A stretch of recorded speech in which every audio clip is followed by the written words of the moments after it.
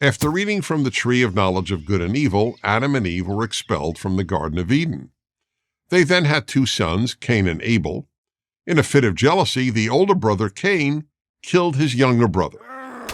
The world began on a bad note, and it only got worse.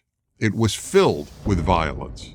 Observing all this evil, God declared that the will of man's heart is toward evil from his youth.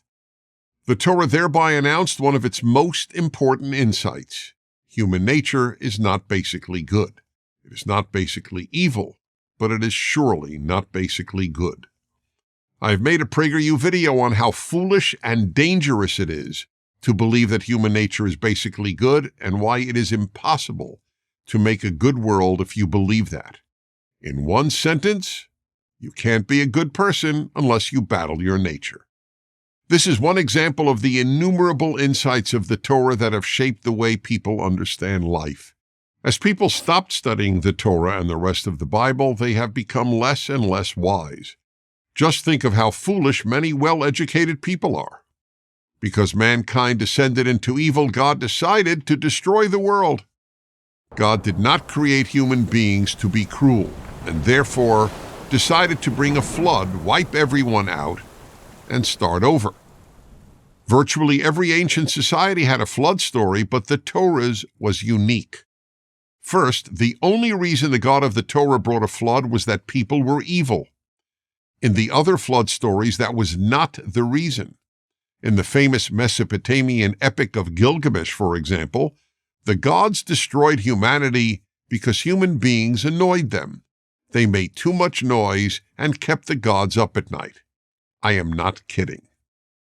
Second, while in other flood stories the gods saved someone, only in the Torah story does God save an individual, a man named Noah, because the man is good.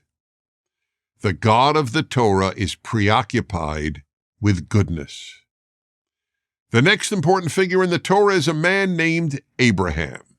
For reasons not stated in the Torah, God appears to Abraham and tells him that through him and his descendants, the people known as Jews, all the world would be blessed. From Abraham on, the Torah tells the story of the Jewish people. The lessons within those stories, however, apply to all mankind.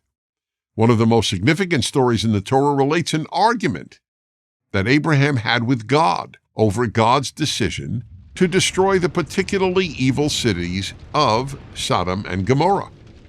Abraham contended that if there were just 10 good people in those cities, it would not be right for God to destroy the cities. Will the judge of all the earth not judge justly? Abraham argued. In this story of Abraham, the first Jew, the Torah established the amazing principle that human beings can argue with God. Another Torah first. The very name of the Jewish people, Israel, means struggle with God. Abraham had two sons, Isaac, the second Jewish patriarch, and Ishmael, the second patriarch of what eventually became known as the Arab peoples.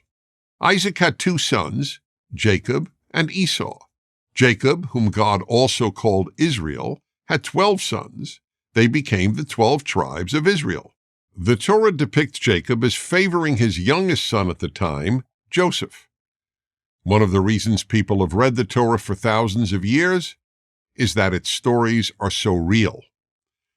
This portrayal of Jacob's flaws as a father is one such example. No character in the Torah is portrayed as perfect because no human being, no matter how good, can be perfect, or even close to it. That's why all of us can relate to the individuals in the Torah and the rest of the Hebrew Bible. As a result of Jacob favoring Joseph, Joseph's brothers came to hate him, so much so that they left him in a pit to die. But passers-by found Joseph and sold him into slavery in Egypt. There he became a servant to a powerful Egyptian man, Potiphar, whose wife wanted to have an affair with the handsome young Hebrew. Joseph, however, refused her seductions, infuriating Mrs. Potiphar, who then lied to her husband that Joseph had tried to seduce her. Potiphar had Joseph imprisoned. While in prison, Joseph earned a reputation as an interpreter of dreams, and eventually his name was brought to the attention of the ruler of Egypt, the Pharaoh. Pharaoh had a pair of disturbing dreams which none of his wise men could interpret, so Joseph was summoned. What Joseph told the Pharaoh not only saved the kingdom, but saved the Jewish people as well. And the story is just getting started. I'm Dennis Prager, author of a 5-volume commentary on the Torah, The Rational Bible. Thank you for watching this video. To keep PragerU videos free, please consider making a tax-deductible donation.